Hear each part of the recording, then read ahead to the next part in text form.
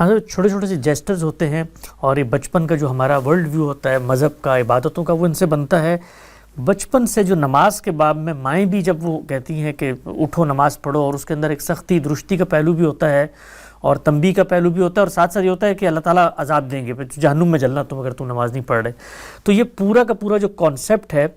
وہ جب اس سے متعلق ہو جاتا ہے تو پھر جب ہم نماز پڑھ لیتے ہیں تو ہمارا دل مطمئن ہو جاتا ہے کہ بھئی ہم نے وہ کام پورا کر لیا جس کے نتیجے میں اب اللہ تعالیٰ کم سے کم یہ تو نہیں پوچھیں گے تم نماز پڑھ کے میرے پاس کیوں نہیں آئے۔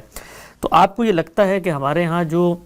جس کو مولانا وحید الدین خان بھی بیان کرتے ہیں کہ دین کی اوور آل جو اورینٹیشن ہے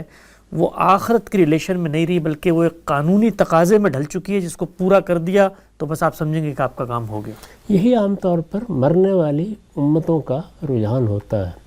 یہود پر قرآن مجید نے جو تبصرے کیے ہیں اس سے بھی یہی معلوم ہوتا ہے۔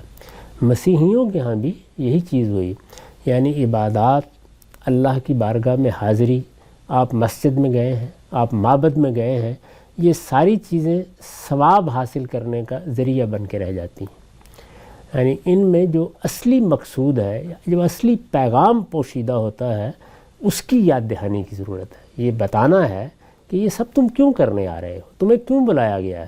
5 وقت اللہ تعالیٰ نے کس چیز کی طرف دعوت دی ہے تمہیں، اور اگر آئے ہو تو یہاں سے کیا پیغام لے کے جا رہے ہو، تمہارے نفس کو خدا نے مخاطب کیا ہے، کیا خطاب کر کے فرمایا ہے۔ تو یہ چیزیں ہیں جن کے بارے میں علماء کا کام ہے کہ وہ لوگوں کو متنبہ کریں، اساتذہ کا کام ہے کہ وہ اپنے تلامذہ کو یہ چیزیں سکھائیں، ہمارے والدین کی ذمہ داری ہے کہ وہ بھی دور حاضر میں خاص طور پر اپنے بچوں کو مذہب کی حقیقت سے روشناس کرائیں۔ یعنی جب وہ ذرا شعور کی عمر کو پہنچ جائیں تو ایک طریقہ تو وہ ہے جو ہمارے ہاں پرانی روایت میں چلا آ رہا ہے کہ اب بچوں کو ذرا کان گرم کر کے نماز پڑھوانی ہے یا روزہ رکھوانا ہے۔ یہ ساری چیزیں اپنی جگہ اہمیت رکھتی ہیں، اس لیے کہ وہ اس سے واقف ہو جائیں کہ ہمیں اللہ تعالیٰ کے کیا حقوق ادا کرنے ہیں، لیکن ان کی حقیقت بھی اب ان پر واضح ہونی چاہیے۔ جیسے قرآن مجید کے معاملے میں یہ صورت ہو گئی کہ قرآن مجید پڑھنا ہے، قرآن مجید کی ناظرہ تلاوت کرنی ہے، قرآن مجید بچوں کو حفظ کرنا ہے، یہ ساری چیزیں تو اہمیت اختیار کر گئی، لیکن قرآن لے کے کیا آیا ہے، کہنے کیا آیا ہے، وہ چیز مسلمانوں کے مزاج میں یا ان کی افتاد طبع میں داخل ہی نہیں ہو سکی۔ ان کا پورا نظم قرآن مجید سے بالکل غیر متعلق ہوتا ہے۔